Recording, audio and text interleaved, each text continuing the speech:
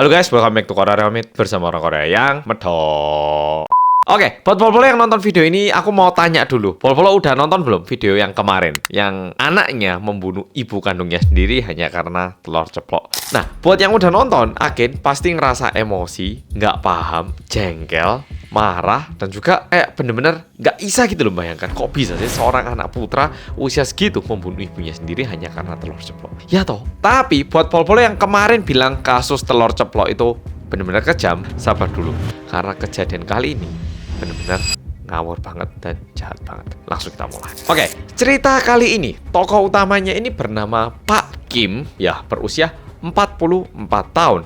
Dan Pak Kim ini punya ibu mertua berusia 68 tahun. Sebenarnya hubungan antara Pak Kim dengan mertuanya itu nggak bisa dibilang mereka itu sangat akrab, tapi juga nggak bisa dibilang mereka itu nggak deket gitu. Ya mereka itu hubungannya ya biasa-biasa aja gitu. Nah, tetapi ibu mertuanya ini mengidap kanker paru-paru dan kan itu harus dirawat di rumah sakit. Dan Pak Kim ya selaku sebagai menantunya, dia itu pun sering menjenguk ibu mertuanya yang dirawat di rumah sakit itu. Tapi jenguknya ya sebatas normal, bukan kayak yang spesial, bukan juga yang nggak dikunjungi. Ya normal selayaknya seorang menantu mengunjungi mertuanya yang sakit. Cerita awalnya ini terjadi pada tanggal 29 Mei 2023. Jadi masih kejadian di tahun ini.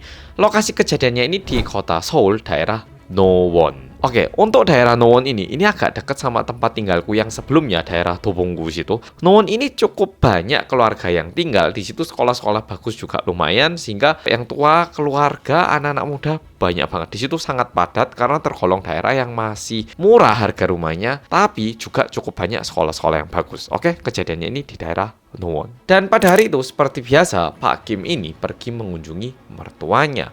Nah, mertuanya mau kemana ya diantar. Mertuanya mau minum, diambilkan air. Mertuanya istirahat, ya ditemani gitu. Tapi tiba-tiba mertuanya itu tanya ke Pak Kim ini, Kim, kamu habis minum ya? Enggak, saya enggak habis minum kok. Enggak, saya kan barusan dari rumah tadi. Beneran loh, kamu habis minum kan? Jujur aja enggak apa-apa. Habis minum kan? Enggak, sungguhan aku itu loh, sungguhan enggak minum alkohol apa-apa, Bu. Sungguhan aku enggak minum. Sungguhan. Nah ini loh baunya bau alkohol kok. Kamu habis minum toh? Ya bilang aja enggak apa-apa. Entah kenapa pembicaraan ini terjadi berulang kali sampai-sampai menantunya alias Pak Kim ini mulai jengkel. Tapi kejengkelannya Pak Kim ini diluapkan dengan cara yang aneh. Tiba-tiba dia itu mengambil sehelai tisu lalu menyalakan api menggunakan korek yang dia miliki, dan tisu yang terbakar ini dilemparkan ke muka ibu mertuanya. Bener, memang cuman sehelai tisu. Tisu pun terbakarnya lumayan cepat. Tapi tisu ini dilemparkan kepada orang dan kondisinya ini kan di dalam ruangan. Sehingga apinya itu langsung merambat ke rambut, ke kasur, kemana-mana. Sehingga mertuanya yang udah sakit karena kanker, tiba-tiba ada api, langsung teriak-teriak histeris. Dan diakibatkan itu, perawat yang bekerja di rumah sakit itu langsung pada datang ke ruangannya si mertua ini. Dan tentu mereka berusaha sebisa mungkin untuk memadamkan api yang ada di situ. Dan bersamaan dengan itu, staf-staf yang lain juga melaporkan kejadian ini ke tim darurat, ke polisi, dan juga ke pemadam kebakaran. Dan tentu karena apinya ini terjadi diakibatkan olahnya Pak Kim yang sangat-sangat tidak jelas, Pak Kim ini dibawa ke kantor polisi untuk diperiksa lebih lanjut lagi. By the way, diakibatkan kejadian ini, mertuanya itu terbakar. Pak Kim yang dibawa ke polisi itu akhirnya diinterogasi di situ. Ditanyain sama polisi, jelaskan kronologinya, bagaimana bisa mertua Anda itu terbakar. Pak Kim menjawab seperti ini. Jadi gini Pak, saya itu ada depresi dan kayaknya waktu itu kebetulan saya itu lagi halusinasi Pak. Tapi satu hal ini saya yakin Pak, tisu itu betul saya sulut pakai korek api. Tapi sebenarnya itu cuma mau saya dekatkan gitu. Tapi karena mertua saya gerak, akhirnya rambutnya kena sehingga wajahnya itu terbakar Pak. Polisi yang mendengarkan itu langsung mengubah status Pak Kim yang awalnya sebagai saksi menjadi tersangka. Dan bersamaan dengan itu Pak Kim ini juga dikirimkan untuk diperiksa kesehatan mentalnya. Masalahnya apa gitu. Dan setelah diperiksa lebih lanjut, ternyata Pak Kim itu mentalnya sehat-sehat saja. Alias Pak Kim ini memiliki sebuah keinginan ataupun maksud tersembunyi karena mentalnya itu baik-baik aja, tidak ditemukan depresi lah ataupun penyakit mental lainnya. Dan pada 12 Desember tahun 2023 baru sidangnya ini dibuka. Tentu Pak Kim itu dipanggil sebagai tersangka, dan di sidang itu pun Pak Kim itu terus bilang bahwa dirinya itu mengidap depresi, dan karena itu dia itu mengkonsumsi obat depresi yang mengakibatkan halusinasi sehingga hal ini terjadi. Alias ini bukan salah saya, tapi saya ini memiliki sebuah riwayat yang mengakibatkan saya melakukan hal-hal seperti ini. Dan bersamaan dengan itu, pengacara Pak Kim juga membuat argumen seperti ini. Saya sebagai pengacara ingin menegaskan kondisi klien saya.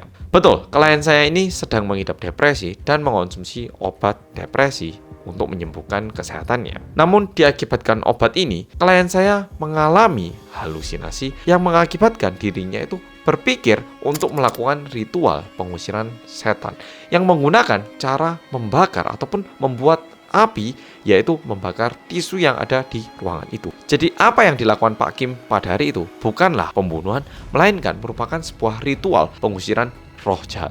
Demikian Pak Kim, kata pengacaranya. Oke, jujur kalau misalnya Polo-Polo ada di sidang itu, kira-kira reaksinya gimana? Iku sing gendeng kono po aku, pasti mikir gituan ya. Sama, sidang itu pun orang-orangnya itu semua kayak, ini nggak masuk akal.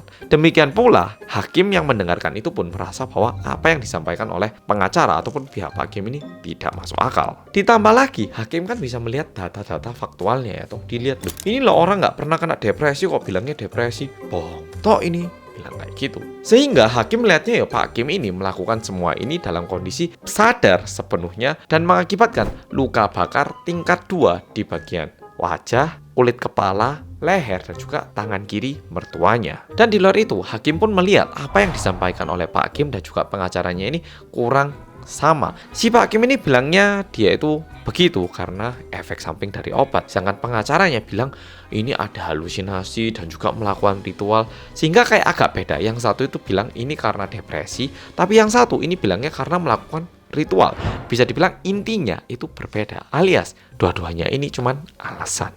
Dilihatnya kayak gitu sama kehakiman.